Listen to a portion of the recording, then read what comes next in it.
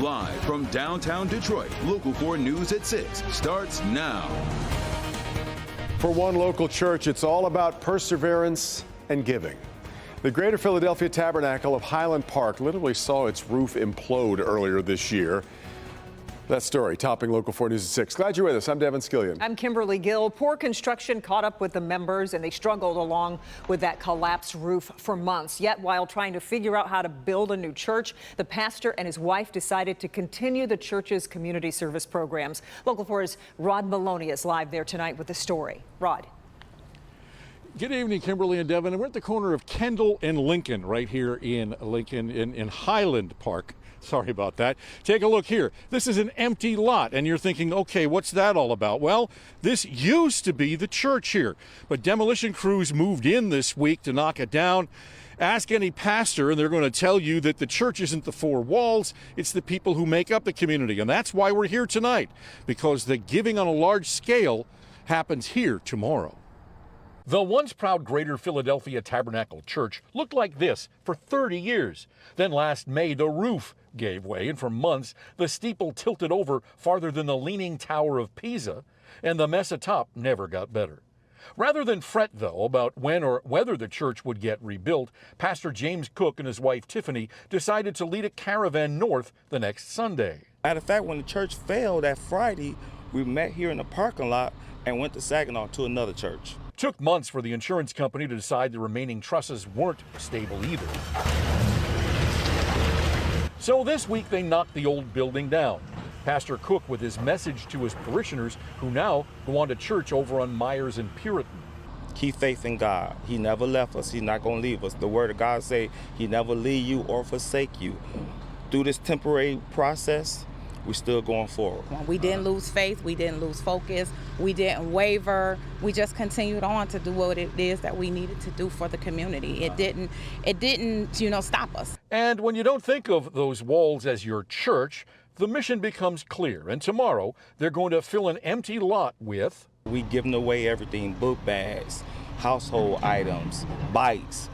We're going to have vendors. And as you can see here, as in years past, offering free food and school supplies to any needy family in the area. And CVS Pharmacy is coming with a mobile unit to come and do free health screenings for the public, all free.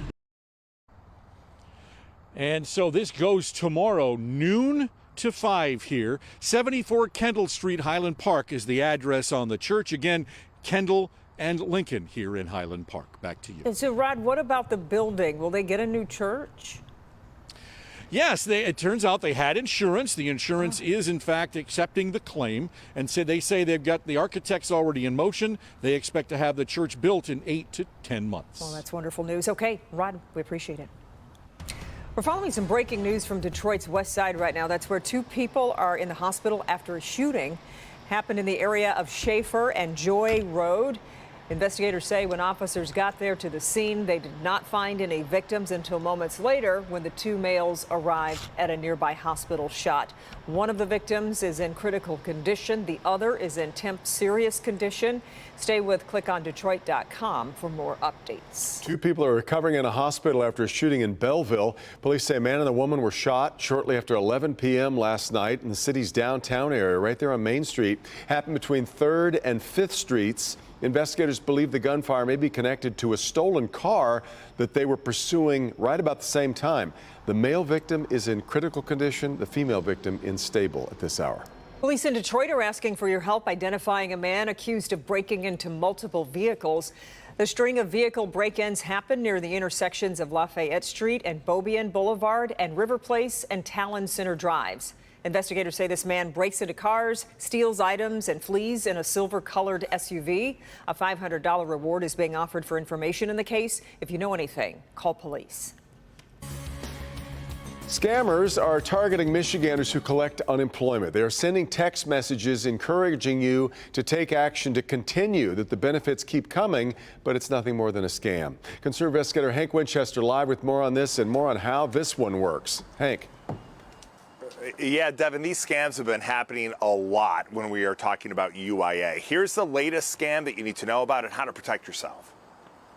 The Michigan Unemployment Insurance Agency, otherwise known as UIA, it's had its fair share of problems. Filers having issues getting benefits owed to them, and scammers working to get the money that's owed to you. I was repeatedly, trying to get a hold of somebody, trying to call someone, and I couldn't get a hold of anybody to even help me get it unlocked. UIA, though, has recently made huge improvements to its website, online portal, and communication, and the claims process now easier than before.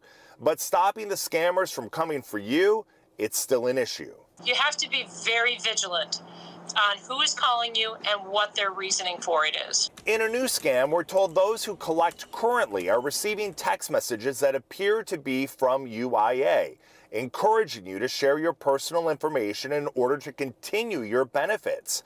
They're asking for your social security number and date of birth. Don't give it. UIA will not ask you to share that personal info via text message. And if you have questions or concerns about your benefits, contact UIA yourself.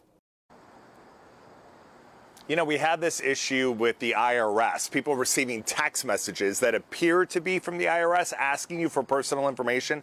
Listen, if you get a text message from somebody and they say they're trying to verify your social security number, your mother's maiden name, understand that 9 times out of 10, that is nothing more than a scam. Again, if you have an issue with UIA or the IRS for that matter, contact them directly. We're live here tonight, downtown. Hank Winchester. Help me, Hank. Local 4. Best advice, no doubt. All right, Hank. Well, time is up for some student loan borrowers. Interest on federal student loans are now accruing once again. Payments will restart next month. The pandemic-related pause went into effect in March of 2020, providing relief for nearly 44 million borrowers. Local 4's Will Jones spoke with those impacted by this change. Will. Kimberly, one of those people impacted actually helps people buried under student loan debt, and she has some tips for people who are afraid that they can't pay off their student loan debt. The hold on federal student loan payments in place since the start of the pandemic is now over. Interest resumed accruing today, September 1st, after being on pause for 3.5 years. A pause that provided relief for people with federal student loan debt. I know for me personally, my husband and I both have student loans. We were able to buy our first home during this pause and have been able to make some needed renovations on our house because we had that extra cash flow from month to month. Tens of millions of Americans will start receiving student loan statements this month with a due date in October. Bassam Romalino is one of those people. I knew it was coming back sometime, so I did my best to save up money in the meanwhile, so I'd have a cushion to fall back on. Amber Miller with Green Path Financial Wellness says borrowers have options such as an income-driven plan. If you're stressed about this payment, go to studentaid.gov, use that loan simulator, see what your options are. Look at them side by side. You may be surprised how affordable that payment may be. If payments are still going to be a challenge, Miller says communication is key. Reach out to your loan servicer. They can't help if they don't know what's going on. I can't stress enough, there is help out there. Green Path Financial Wellness is taking a lot of calls for people who are afraid about receiving those monthly statements for their student loans. We are live. Will Jones, Local 4. Okay, well, we appreciate the update. A little milder, but a beautiful start to our Labor Day weekend, right? It is gorgeous. Kim Adams live at the Peach Festival, and Romeo and Kim, it's only going to get better if you like warmer temperatures. Yes, I mean, right now it's in the mid-70s, and I keep asking everyone around me, I'm like, does it feel like it's 75? Everyone's like, no, it feels like it's already in the 80s. When you're sitting baking in the sun, it does feel warm, and tomorrow we'll be in the mid-80s, by Sunday and Monday, the 90s. But the festival goes until midnight, so you can even wait until the sun sets if you don't like being out in the hot sun. Come on out when it's, later at night. Let's talk about what's going on, though, in Ann Arbor, because it's a big weekend for college football tonight. You've got Michigan State. Tomorrow it's U of M. So a live look at our Ann Arbor Skycam. We've got temps right now in the mid-70s in Detroit, Ann Arbor, and Lapeer, 73 in Monroe.